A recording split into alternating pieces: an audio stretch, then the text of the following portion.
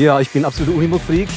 Habe privat auch einen Unimog, einen U421. Und der Unimog war für mich immer etwas Besonderes als Kleinkind. 4 gleich große Räder und so und hochgeländegängig.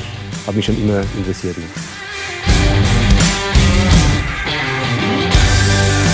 Mein Name ist Norbert Ausemann. Ich bin beschäftigt beim Wasserstraßenskiwerk am Schweinfurt und dort beim Außenbezirk Vollgach. Eine Abfahrtskontrolle, die finde ich sehr wichtig. Sind irgendwelche Öllachen unter dem Fahrzeug, Wasserverlust etc. Ich schaue die Reifen an, die Lampen, die Lichter, ob alles funktioniert, die Hydraulikschläuche grob.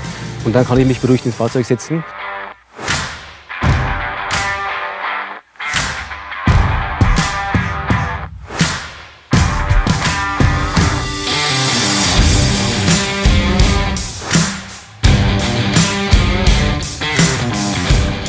Wir haben teilweise schwer zugängliches Gelände im Altmain in Vollgach. Da hätten wir mit dem LKW oder so, mit dem langen Radstand keine Chance. Mit dem Unimog sind wir halt da wirklich hochgeländegängig. Er ist flexibel einsetzbar, ich kann den Hänger abhängen. Der Kran am Heck dann, gute Übersicht, Top-Fahrzeug für uns.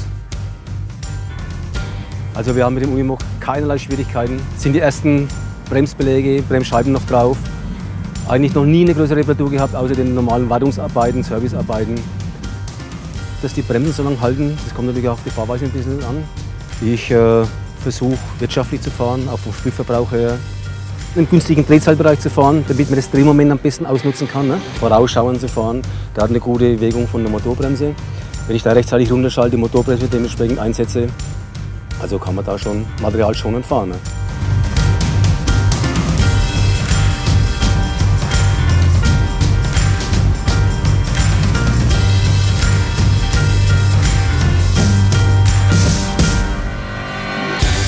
Auf die Langlebigkeit der Ersatzteile und so hat der Fahrer schon wesentlich Einfluss, ne? Das ist ganz klar.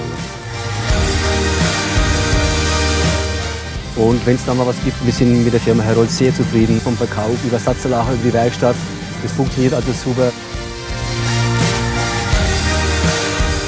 Wenn die Firma das Vormittag noch bestellt, sind die Teile normalerweise Mittag da und also da gibt es überhaupt keine Probleme. Ne?